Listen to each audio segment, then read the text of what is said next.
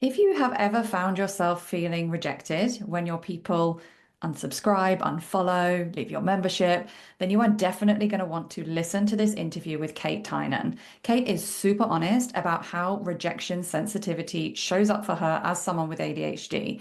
Plus, she shares about how she puts things into perspective when emotions are heightened versus just hiding away, which is what her brain sometimes wants her to do, plus the practical strategies that help her focus on the positive work she does, not just the negative. Hey, I'm Ruth, host of the Mess of Success Summit, and welcome to this interview with Kate Tynan, an international cake business coach and founder of the Cake Business Club. With over a decade of experience in the cake industry, running her multi-award winning wedding cake business, Little Button Bakery, she now helps cake business owners around the globe work smarter, not harder, to build their own version of business success. Kate has worked with over 400 cake makers in the last 2 years in her business membership, the Cake Business Club, and she also coaches cake designers on a one-to-one basis as well. Amazing. Welcome. Welcome. So Hi, let's Ruth. dive into your mess of success story. So you're here to share about how working with all of these people I just shared in your amazing bio in your membership has brought up all of the feelings, right? So we're going to talk specifically about rejection sensitivity and how you experience it and how you support yourself through it. Before we dive into all of that, can you just explain what even is rejection sensitivity for anyone who might not have heard this term before? Yeah, absolutely. So, rejection sensitivity or rejection sensitivity disorder, as it's often like its longer name, I guess, is experience with people who have ADHD a lot of the time. Not necessarily everyone who has ADHD, but it is something that can be experienced by people with ADHD. And it's a kind of emotional response, I guess, that can be quite intense to either a perceived or an actual rejection, or even like a criticism, which could be a small or a large criticism, um, or even like an actual failure. And how it kind of sort of projects itself, I guess, is it can be kind of a sort of emotional pain, almost like a physical pain, really, that can like eat you up inside for days, weeks, months, even years, sometimes, depending on what the actual rejection was that happened. It can kind of give you a fear of being judged negatively by other people. It can make you overthink things a lot in social situations and social interactions, and often you might interpret things that happen in social interactions negatively when maybe they weren't negative. And due to that, sometimes it can make you actually avoid social interactions, for fear of that rejection. And definitely, I think part and parcel of it involves you being a real perfectionist, because you kind of being such a perfectionist kind of is a protection mechanism, really, against that criticism.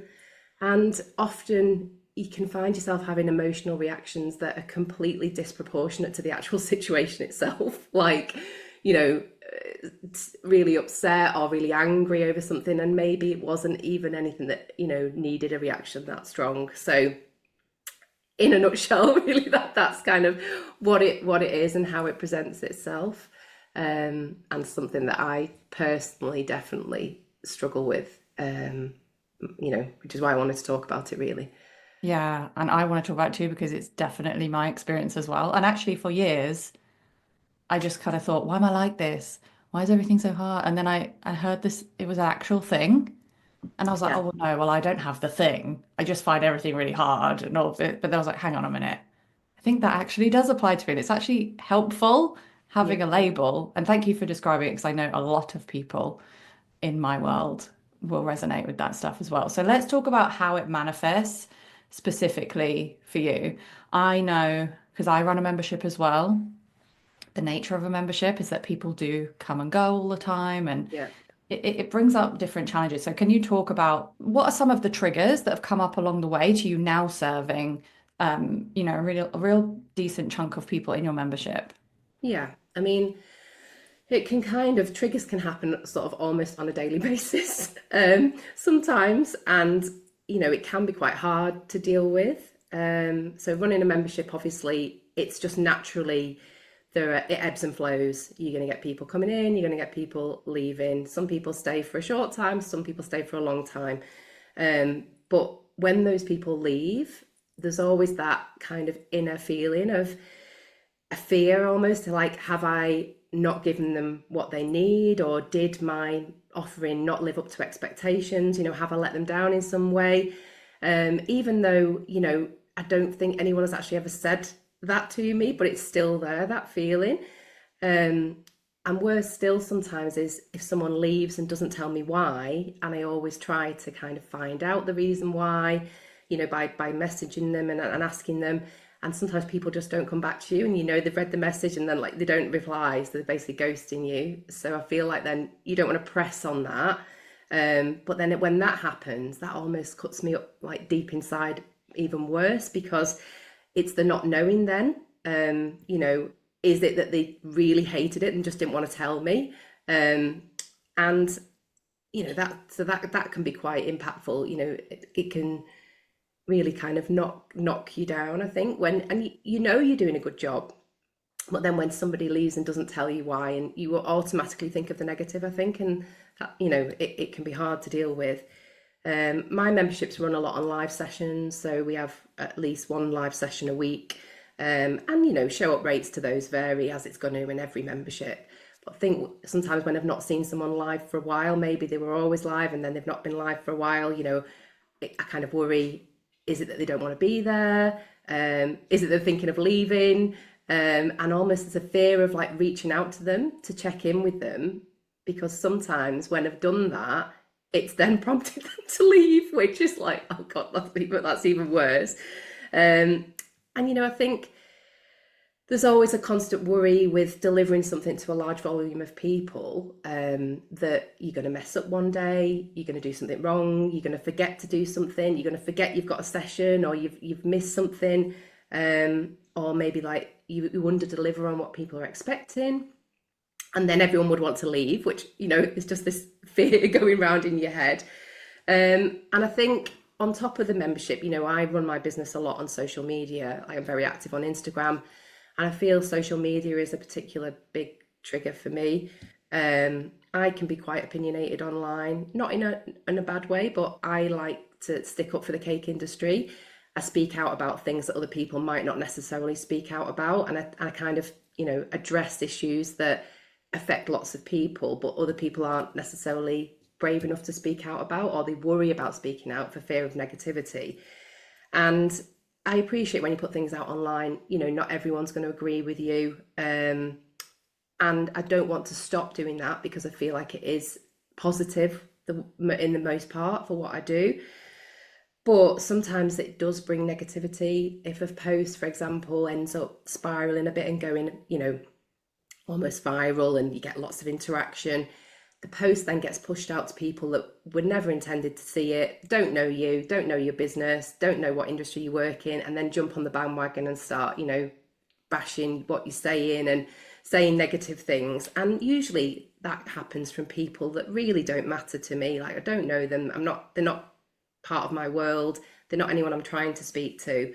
But that as well is definitely a trigger for me. And it does, I hate it if that ever happens. Like, it just really gets me like in my gut, and I struggle with the best way sometimes of dealing with that. How to tackle it. Kind of, do you just let it run, or do you go back to the people? Do you delete it and run away? Like, there's just so many options there. So yeah, all of those things I think are my kind of main triggers with the rejection kind of sensitivity. Thank you for sharing that, because I feel like so many of us have those thoughts, and it's really difficult to just be honest about it and to say, actually, I'm afraid that people are going to leave, or like this one negative comment outweighs in my mind sometimes all of Yeah. these positive things. And it's so normal to think this stuff. And I think what I was like reflecting on when you were speaking is this state of like, I just want to know what's going on. And I always want to know the reason, and otherwise I'll just make up a reason in my head about why Yeah. people aren't showing up, even though probably it's just like, okay, they were busy that day, or they've been a member for a while and they've got loads of good stuff out of it, but they just want a break or whatever. There can always be an opposite good reason. But yeah, I totally relate to all of those feelings. So you also mentioned to me, like when we were talking, when we were talking about your topic before this interview, that you feel like you're especially like some of these feelings have been heightened with probably perimenopause, but you are doing it, you are serving your members, you are showing up on social media. So despite the fact that this is still a current thing for you, like you are doing it anyway. Yeah. How do you support yourself to make that possible? So, I mean, I think ultimately I run my business single-handedly, and if I don't show up, like who's gonna do it? And whilst it's easy sometimes to kind of think, oh, I need to retreat or I need to take a break, your business is always going to take a hit off the back of that. So there's never a positive outcome there if you sort of hide away yourself. I think some things that I've kind of used to help, I guess, in the situations is I'm quite a hot-headed person, and can react to things quite quickly, and often my initial response or reaction isn't always the right response or reaction, and I can be guilty of saying or doing maybe slightly wrong things, which then can make the situation worse.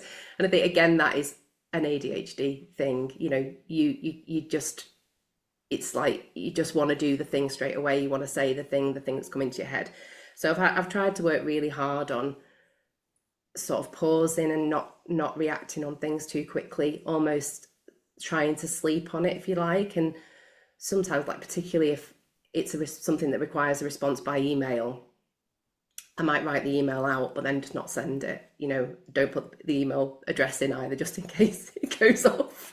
And then just keep coming back to it and like refining it, and then actually probably taking out a lot of the emotion from it, because my response is usually an emotional response, and that's not always the right response, particularly in a professional situation. So I think that's certainly something that I do try and do to help. Something else I do is I keep like a sort of wins folder, if you like. I've got a Trello board that I drop in good things that happen. So it might be like nice client testimonials. It might be that I've got like an article in the press. It might be that one of my members has just commented on a post in my Facebook group telling me something amazing that's happened to them because of being in the membership, and like I'll screenshot it and drop it into my Trello board. So I've got this kind of positive proof bank, if you like, of things that I can see, that actually I am having a positive impact and what I'm doing is working and people are enjoying being here. So if there is that negative feeling creeping in, I can look at that and reframe the situation, just be like, I'm telling myself a story that actually isn't true, and just remind myself that I'm doing a good job.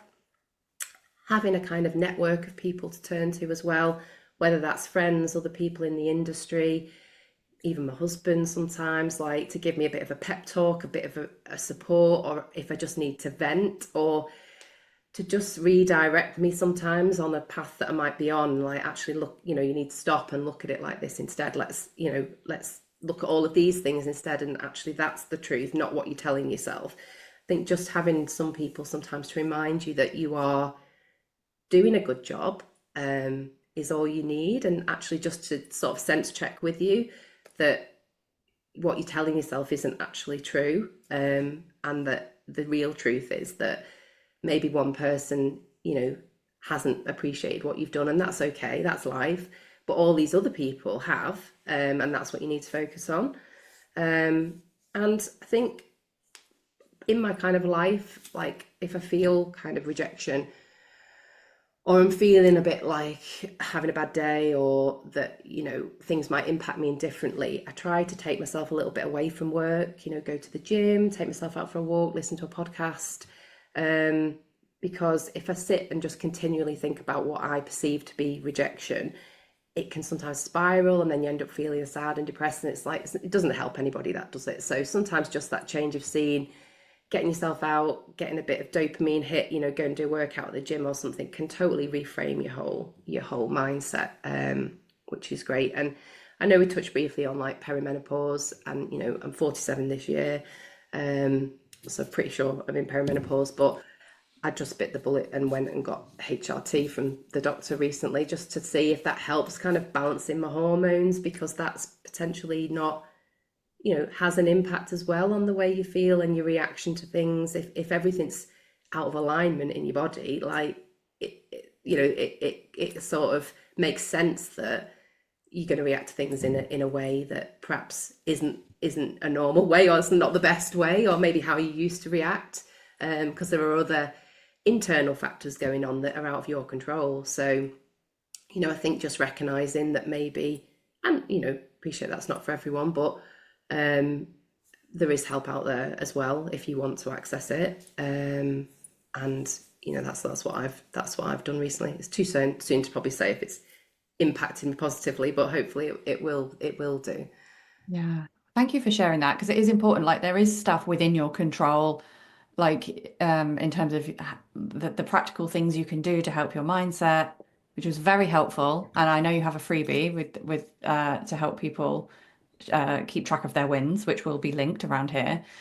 But yeah, how are things balanced in your body is such an important question as well. And I'm not in that space personally, but I definitely feel it if I'm not getting enough sleep, and if I'm not eating right and all of that, and that really affects how sensitive I am. I really liked how you also said about just getting a sense check about what's really true. Yeah. I actually, it's so easy to just make up stories. And my favorite question as a coach is, what else could be true? And I ask myself that question all the time. Like, they hate me, they've unsubscribed, they hate me. What else could be true? So much else could be true that actually means nothing about We tell you. ourselves stories, I think, sometimes get into our own head, and then, you know, just make up things, and it could be just absolutely so far away from the actual truth. And you might never know the truth, what the Yeah. reason why someone's left or whatever. But if you do find out the reason, chances are it probably wasn't anything like what you were thinking it was. You've just kind of made it the worst possible situation in your head. And I don't know why we do that. I think I've got definitely like a huge like, I just want to please people. I want to do the best for people. I want to go over and above. I want to provide the highest level of support and service I can. And I did that in my other business when I ran my wedding cake business as well. And I think when you are sort of that kind of person, and when you're at that level of perfectionism, if you like, you can be super hard on yourself, because your standards are set so high that when you don't meet them, and sometimes they might not be achievable even, you can come crashing down. And in reality, you probably set the bar way too high in the first place. You were setting yourself up for failure. And I think it's just remembering that as well. Like, what's an acceptable level of like service or quality to deliver? And, yeah, it'd be nice to go that extra step, but is that what people are expecting, or are they expecting the slightly lowered, pared down version? I think. Yes. Such a good point. The standards we hold ourselves to. This is exactly why I wanted to run this summit, to talk about how all of us are doing it imperfectly, but holding ourselves to impossible standards and beating ourselves up about it. Yeah, The good thing is, though, like I know for some people listening to this, they'll experience this stuff and they won't be doing the thing they want to do because of it, because it'll be so strong. And I used to be in that place as well. And it takes time to face these feelings, which are, you know, hard. yeah, I'm also wondering how, because there's sometimes when you can kind of keep going and it's okay, but there's sometimes when it really hits you harder, right? And how do you balance that need to keep going and be visible for the sake of your business with your need to retreat and rest and take a step back? yeah. So, I mean, I am like, not being visible is difficult for me, and if I'm not, like, I'm very visible on social media. I have my like Facebook group for my members. I'm in that every single day in terms of visibility. I've got like another Facebook group for people who don't currently pay to work with me, but like a free group. Again, I've got to be visible in that. So it's difficult not to be visible, and I feel like it's hard to take your foot off the gas. But, if I am having like a day or a week where I'm feeling like, my energy's not quite there, or I'm having a little bit of a wobble, I might be a little bit less visible in some ways, but I'd always try and show up, for the people who I want to serve, who are like my members. Obviously, they're paying to work with me, so I can't just leave them. And I would show up for them and prioritize that rather than maybe showing up on social media or showing up in my free group. I'd maybe take the foot off the gas there, just give myself a little bit of wiggle room, and give myself that permission to do that, and that's okay. And actually, probably nobody cares that I've done that anyway. I only care myself. And I do definitely think it's super important, and it definitely is one of my big core values of my business, to have a good work-life balance. To make time in my life for like the fun stuff, make time for my family, my friends, make time to exercise, make time for a bit of relaxation.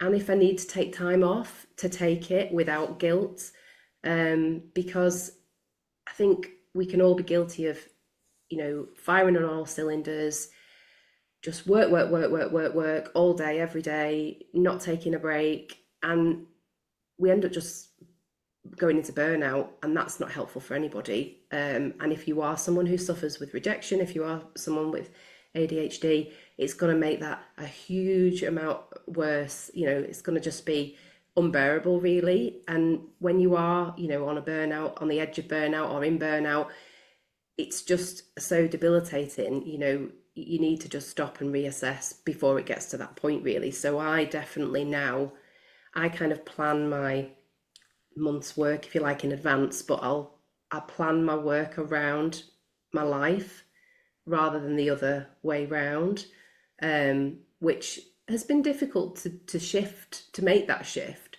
And it's not kind of the norm, I guess, when you're running a business on your own. But I think it's important and something to remember, and it actually helps you have a happier business, a happier life, and prioritize yourself as well, which is super important. Because if you are single-handedly running a business and you aren't functioning in one way or another, whether that's you've worked too hard, whether you're not eating properly, whether you're not sleeping properly, whether you're not making time for exercise, you're not going to show up as the best version of yourself for the people who actually want to work with you. And then they might leave because you're not the right person, because you're not being the person that they want you to be. So I think that's just a definitely something that you've got to do. And it's okay to take your foot off the gas a little bit, but always like try to keep the foot on the people that need you and pay to work with you, and just kind of deprioritize the other aspects of your business if you can, or delegate them to someone else, if that's an option for you as well, like a VA or something like that. But I think the work-life balance thing is definitely the best way to balance everything for me. And prioritizing my life over my business. And I think it's probably taken me into my 40s to actually realize that's what you need to do. Because I certainly didn't do that probably when I was running my cake business. I definitely was very much in burnout a number of times in that business. Tight deadlines and meeting, I made wedding cakes, so that was quite stressful. And obviously the standard that everyone expects of a wedding cake is huge. So, the perfectionist thing was even worse then. But yeah, I think you've just got to be kind to yourself, and take time if you need to take time. Yeah. Yeah. So important. Thank you. And I just have one quick fire question before we wrap things up. Is there something you used to take personally in your business that you've now reframed in a way that serves you better? So I think over time I've just learned to take time to process things that happen rather than charging in like a bull in a china shop, which is what I used to do, and sort of, almost want to immediately get back to a situation or an issue almost like within minutes. Whereas now I definitely whilst my initial feeling might be that I want to address this situation or problem immediately, I now make myself take a step back, maybe just sleep on it, till the next day. As I said, potentially, write a response, but don't send it, and then look at that response again and think, actually, what was I thinking? I can't possibly say that. Like, I need to reword this. Um, and I think understanding that it's not always that I am actually being rejected, and it's nothing personal when people do, leave something, or they say they don't necessarily like something, or they leave my membership, and it's okay, and I can actually deal with it in a positive way, take it on board, process it, but then kind of box it away, forget about it, and move on. Because dwelling on things and sort of constantly coming back to them over and over again, and I have definitely been guilty of that in the past. Like, certain things I've dwelled on for years. It keeps coming up in my mind, and like them thinking about it, and could I have done something differently, and could I have changed that, and what's the point of doing that, really? Like, you're not going to change the outcome years later. You need to just box it off and move on, and maybe just take it as a learning curve and deal with it in a different way next time. Everything that comes about, every rejection you might face in business, does a learn from that. And maybe something you can take from it to move forward in your business and do things in a different way. Yes, I love that. And I totally agree. Okay, so finally, can you just tell us a little bit about your workbook to help our lovely summit attendees to manage rejection in their businesses? Yeah, so I've put together a workbook with some different prompts and things to just help guide you if you are someone who faces rejection in your business, if it's something that you feel is a little bit of a challenge for you, just to kind of bring your mind back to thinking through things more carefully and logically, and some sort of strategies you can use to help you deal with those things. One of which is always recording all the positive things that happen in your business and keeping like a proof bank of those. And as I said, I do that. I've got a Trello board that I drop things into all the time. And as part of the workbook, there's a link in that to a template for a wins Trello board that you can use yourself. I find Trello is a really good tool to use it, because you can record things on the go, because sometimes you might get like a DM message just pop in, and it's amazing what someone said to you. But by the end of the day, you've had so many other messages slide into your DMs that the message is lost and you can't remember who sent it or anything. So you can just screen grab it and put it straight into your Trello board on the go if you want to. So that's what I've put together for everybody. I mean, I predominantly work with cake business owners, but this isn't for cake business owners. It's for any business owner. If you are someone who struggles with rejection, sensitivity disorder, if you are ADHD, it's going to help you just to refocus, reassess, and move on from the challenges that you might be facing. Brilliant, super helpful. So, for anyone listening or watching, you can find all of Kate's links, including that freebie from the presentation page, plus links to where to follow her online. And please do come and share your key takeaways in the Summit Facebook group as well. Thank you so much, Kate. Thank you very much for having me.